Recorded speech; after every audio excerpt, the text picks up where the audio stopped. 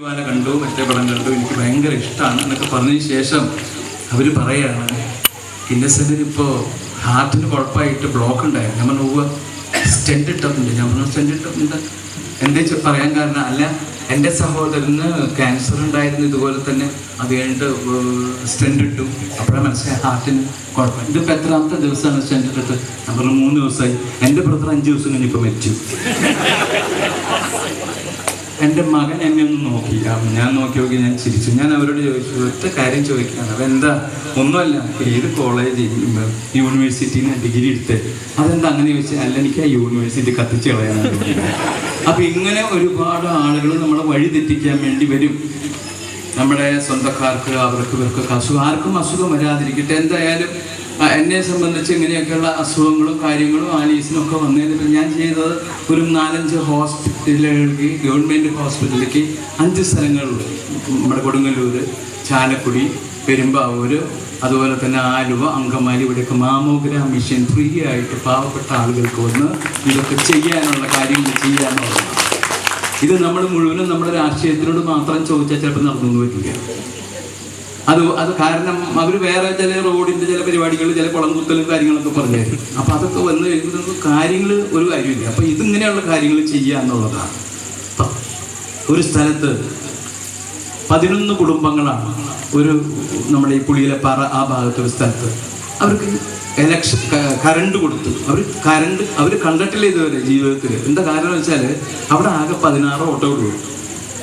അപ്പോൾ അടുത്ത പ്രാവശ്യം അതിനേക്കാളും ആ കാശ് ഇവിടെ ചിലവ് ചെയ്ത് കൊടുത്തു കഴിഞ്ഞാൽ നമുക്ക് ഇവിടെ ഒട്ട് കൂടുതലിരിക്കും. ഇനി ഒട്ടും വേണ്ട ഒരു തേങ്ങയും വേണ്ട. എൻ്റെ ജീവിതം വഴി മുട്ടി. ഞാൻ മര്യാദയ്ക്ക് സിനിമയിൽ അഭിനയിച്ച നല്ല കാശ് മേടിച്ചിരുന്ന ടീച്ചറെ 10 പൈസ കിട്ടാൻ കേട്ടോ. ഏത് നേരത്തെ എനിക്ക് ഈ വോട്ട് ചെയ്തവരോട് എന്നോടുള്ള ഇഷ്ടം കൊണ്ടല്ല, ഇവനെ പണി പറ്റിക്കാൻ ഇത് എന്നെ പറ്റുള്ളൂ, അങ്ങനെ ചെയ്തതാ. അപ്പോൾ ഇതൊക്കെ പക്ഷേ നമുക്ക് അവരോടൊക്കെ ചില കടപ്പാടുകളും കാര്യങ്ങളൊക്കെ ഇത് നമ്മൾ വോട്ട് ചെയ്ത് ജയിപ്പിച്ച ആൾക്കാരാണ്.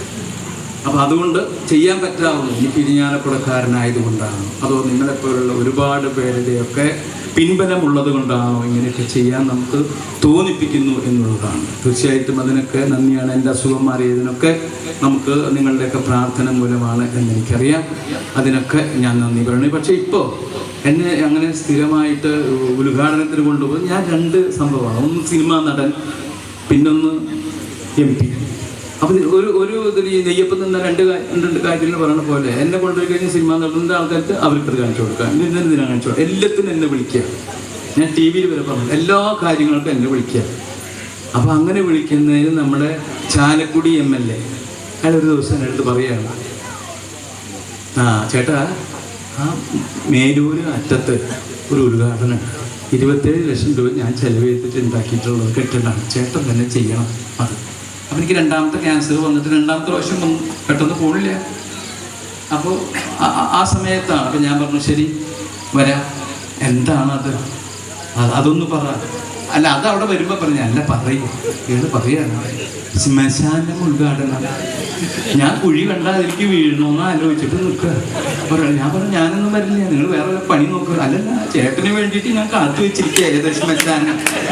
ഞാൻ പറഞ്ഞു വരില്ല, ഞാൻ വരുന്ന പ്രശ്നമില്ല. അപ്പം അദ്ദേഹം സത്യത്തിൽ ഇത് ആവശ്യമുള്ളൊരു സാധനമാണ്.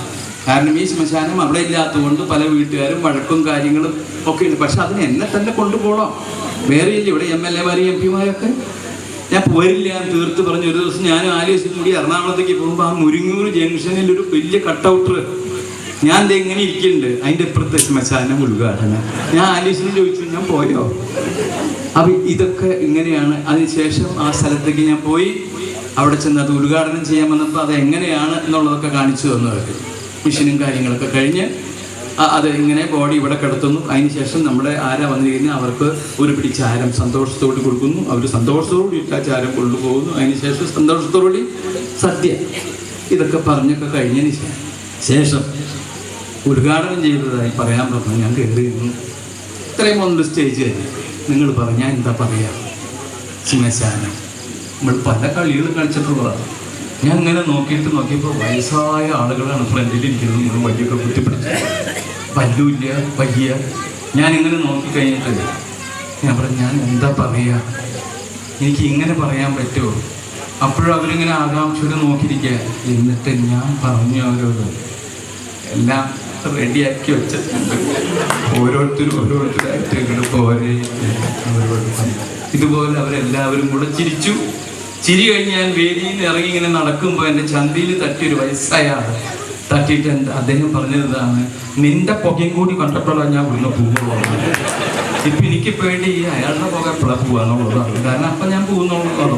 അപ്പം അയാൾ ഉണ്ടാവട്ടെ എന്ന്.